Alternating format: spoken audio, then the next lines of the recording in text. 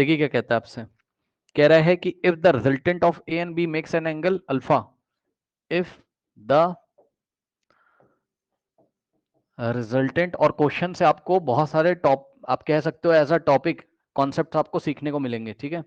तो if the resultant of vector A and vector B makes angle with makes alpha angle with a, alpha angle with a and beta with b, then options देखिए, then इसमें कौन सा option सही है? Option A कह रहा alpha is greater than beta always, ठीक। Option B students बोला उसने आपसे alpha is less than beta, alpha is less than beta, correct. If A is less than B, if A is less than B, A क्या है? Vector A का magnitude, और B क्या है? Vector B का मैग्नीट्यूड, ठीक है ना। ओके, नाउ ऑप्शन सी कह रहा है कि alpha is less than beta if A is greater than B, and option D alpha is less than beta if A is equals to B, correct. ये सारे options हैं आपके पास।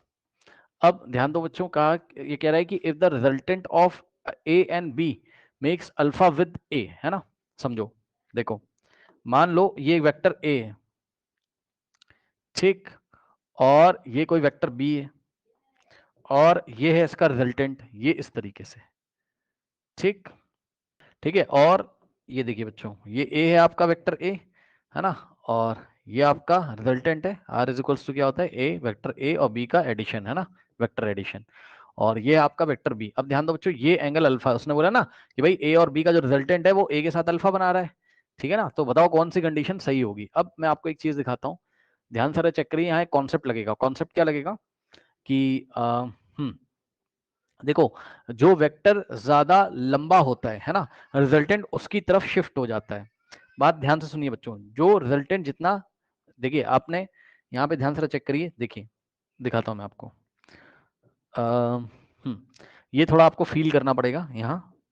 ये देखिए, जो वेक्टर जितना ज्यादा लंबा का मतलब है जिसका मैग्नीट्यूड ज्यादा होता है। अगर वेक्टर ए का मैग्नीट्यूड ज्यादा हो जाए, ठीक, कुछ नहीं किया हमने, वेक्टर ए को एक स्केलर क्वांटिटी से, छोड़ो ये आप ये देखो, वेक्टर ए पहले ऐसे था, इसको किसी स्केलर क्वांटिटी से मल्टीप्लाई कर दिया, एक नया वेक्टर आया, उसका मैग्नीट्यूड बढ़ गया। या सीधे शब्दों में बस आप ये देखो कि अगर हम ए को ऐसा बड़ा अज्यूम करें या इसका मैग्नीट्यूड ज्यादा अज्यूम करें और बी को पैरेलली शिफ्ट कर दें, बी को उठा के पैरेलली शिफ्ट करेंगे ए के साथ को इनिशियल, ये इस तरीके से, ठीक। अब आप ध्यान से चेक करिए क्या कि इसका जो रिजल्टेंट है ना, अब वो इस तरीके से नहीं आएगा, वो इधर शिफ्ट हो जाएगा थोड़ा सा। क्योंकि पता है ये चीज आप कैसे फील करोगे? ये चीज आप फील करोगे पैरेललोग्राम बनाकर, ये और इसका अगर पैरेललोग्राम बनाते कुछ ऐसा बनता।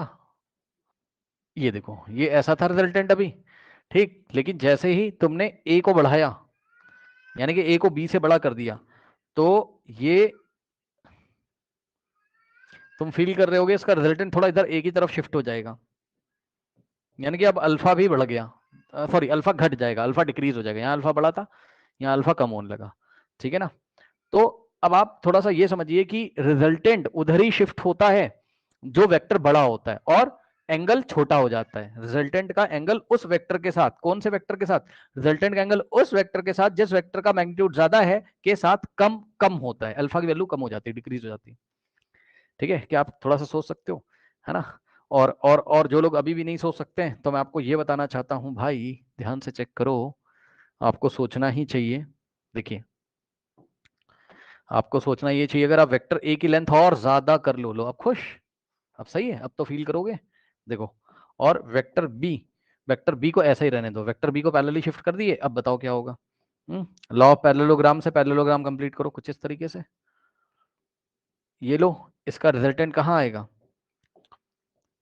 इसका रिजल्टेंट ये आएगा इस तरीके से। अब बताओ, अब तो फील कर सकते हो आप, ये और इधर ए की तरफ शिफ्ट हो गया, अगर ए की लेंथ आपने बढ़ा दी तो, ठीक है। तो अल्फा और छोटा हो गया, तो रिजल्टेंट किधर की तरफ रहता है? Resultant is towards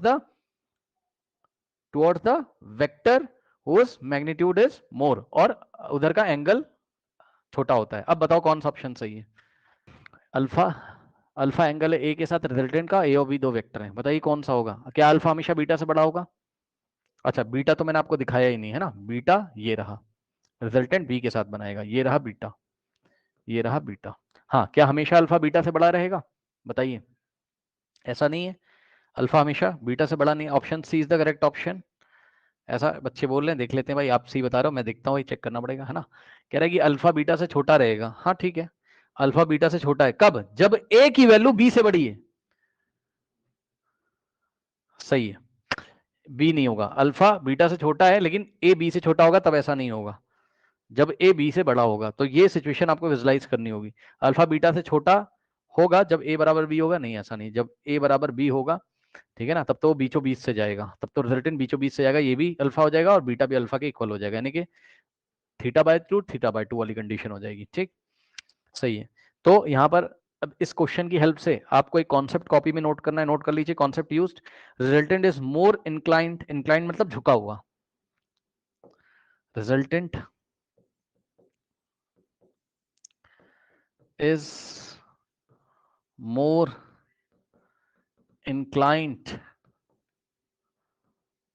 towards the vector whose magnitude is large, whose magnitude is large।